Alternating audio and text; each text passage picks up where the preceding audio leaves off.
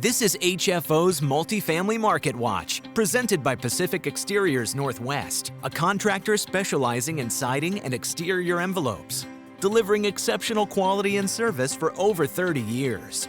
By Aprio, combining DeLapp's Pacific Northwest experience with Aprio's global resources to offer unparalleled tax, wealth management, and advisory services for real estate owners. And by Kennedy Restoration, helping residential and business owners recover from fire, water, mold, and storm damage.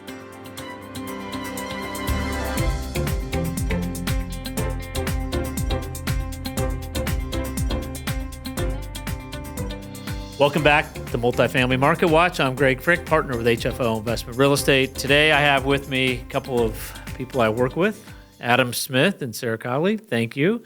You're new, Sarah, to the team. Congratulations. Thank you. Welcome to the party. Yeah. You guys are both working on affordable, so I'm going to ask you a couple of questions. What drew you to affordable housing?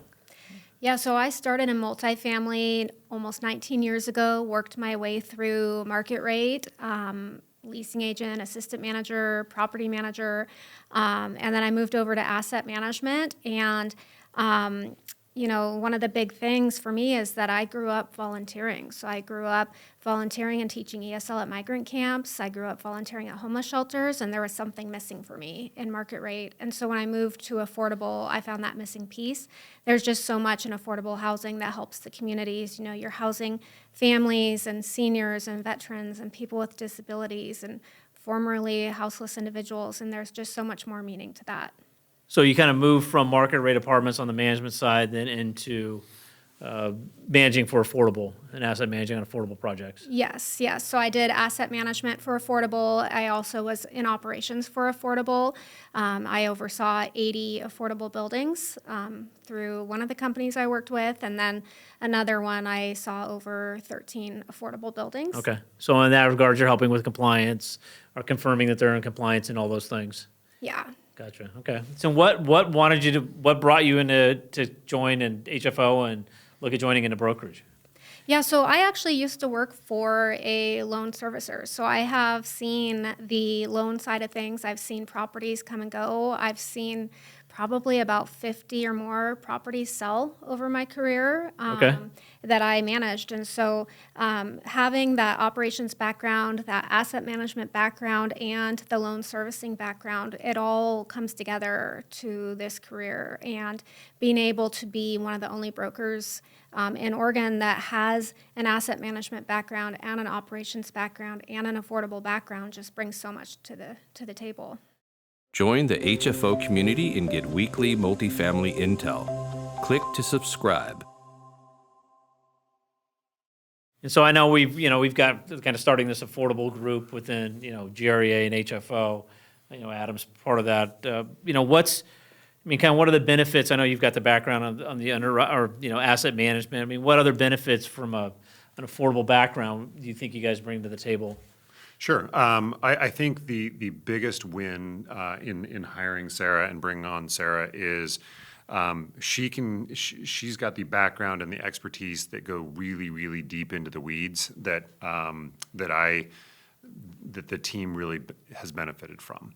And I think that the gamut of which and the skill set that she brings is unlike any other partnership in the affordable space that I have seen, especially on the West Coast, of a complete team that really brings kind of a 1-2 punch from an asset management perspective and brokerage perspective. And I think that's highly unique in this industry. And so in getting into this, we've done a lot of, affordable deals with different groups.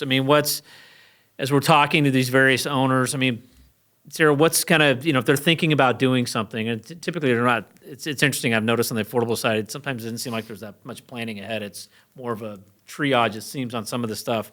What's kind of the things you look at as from an asset management lens as you're meeting with these people to look at, and does it help them fine tune their, 1 year, 3 year, 5 year plan? What kind of stuff are you used to kind of dealing with? Yeah, so as an asset manager, a lot of what we're looking at is we're deep diving into financials, comparing it to what the original development goals were. And what we're seeing a lot in the market is that what penciled out in pre-development is not happening. Right. the market today. And so what you're seeing now is that every year, at the end of the year, when you do your affordable end of year audits, you're seeing that the debt waterfall isn't being paid down. So you're seeing that there's not enough money at the end of the year to pay down on the soft loans. The deferred developer fee, there's not enough money for that. The LP and GP asset manager fees go unpaid. And so these projects that were supposed to help the nonprofit with their greater mission isn't actually helping them with their greater mission. And Sometimes it's actually pulling them down. it is, yeah. And so we're seeing a lot now that people are coming to the realization that they might have to cut ties with a property that's underperforming because that property is not helping with their greater mission. A lot of times, not. And is it an expense issue? Is it an income issue, combination of both? Is it not good stewardship for the last 10, 15 years? There's so much. I could talk hours on this. We have a generation of on-site property managers that learned to be a property manager during COVID, and they didn't get the training they needed. And so now we're playing catch up, trying to catch up and train managers and on-site staff with a budget that can't support the amount of training they need. You have expenses that are skyrocketing, utilities that are increasing, insurance that's doubled. You have expense creep as companies start adding in AI software. It's great, but you add a software here and there that adds $1 or $2 per unit, Right. and properties can't afford that expense creep. And then you have, just everything combined. You have these a softened market with the LIHTC 60%, especially in the city with studios and one bedrooms. A unit that was underwritten for $1,300 a month is now renting for $900 a month. Because of oversupply? No, it's, oversupply and also just a softened market in general. There was a point in time where every developer brought to the market studio and one-bedroom buildings. And so now you see this trend where now they're starting to supply with 2s and 3 bedrooms. But there was a period of time where everything coming to the market was Right. studios and one-bedrooms. So there is an oversupply. And so all said and done, what we're looking at is properties that aren't cash flowing. And when a nonprofit has a property that's not cash flowing, it doesn't just affect the residents, but it also affects the nonprofit. Most of the nonprofits we work with, the money that they get from that deferred developer fee and that asset manager fee not only pays their staff, but they can use it on their other projects. Right. A lot of them. Services, delivering of services, yeah. And homeless shelters and all the other various things that they do. Right. No, it's kind of a vicious circle because, as we've known, is once you kind of get behind the 8 ball in terms of maintenance, things like that, it's really hard to catch up without a big infusion of cash. And as we know, a lot of these groups don't have that big infusion of cash. So then what's scrambling around to try to figure out what do we do with this asset, especially on some of these older assets. So, Adam, what's kind of your take on the affordable world right now in looking? I know we've done, like I said, a number of deals. Yeah. It's been, some of it parallels to market rate, but what's kind of aha moment you've had in dealing with these more in the last couple of years? Yeah, I think the kind of the big aha moment was, every single nonprofit that we speak to has the best of intentions, but the expertise is not always there to ensure that these properties are looked after properly.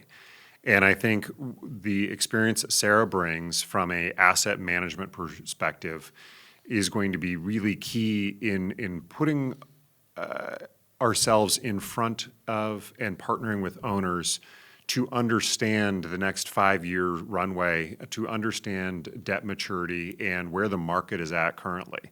And I think that what we can bring in the affordable space is a sense of or putting together a snapshot of where you are at today and where you're going to be at in 5 years, and solving for these big issues that what we have found is people are just not equipped to handle, even though they've got the best of intentions to provide housing. Well, and again, a lot of it's not their expertise. I mean, a lot of them, like they had a mission bent, goal, but real estate kind of got thrown into it, and then as they're not asset managing and things like that, it's a different world. So I know they, leaned on the management companies and the asset management people a lot of times, and so kind of getting that experience and seeing what's is. But yeah, some of these, it's really kind of sad because, like you said, those funds that they make go to other services, and they're not able to provide those, not only for the existing residents, but then others. It's it's kind of a sad story. So, well, Sarah, have you had anything that now you've been over not that long, but is brokerage what you thought it would be? A little bit different? What's your take on that? Yeah, I mean, it's a lot of just knowing people in the industry and networking and connecting. I've been a part of Housing Oregon and Multifamily Northwest for many years, so I know many people in the industry. I've had clients come to me and say, hey, I'm thinking about selling, but my fear is that there aren't people on the market looking to buy. And through phone calls I've made, it's quite the opposite. I have connections in the industry that are looking to buy, looking for properties with an operational upside. And so a lot of times it's just who you know and being able to network, and that's been really helpful for me here. Oh, good. Well, thanks again for taking the time to sit down and kind of give a brief introduction to the affordable side of HFO and GREA, affordable side on the real estate and brokerage. And we'll see you again next time on Multifamily Marketwatch. Thanks. Thank you. HFO's entire office specializes in multifamily real estate, making us the largest multifamily brokerage in the Pacific Northwest. Your success is our passion.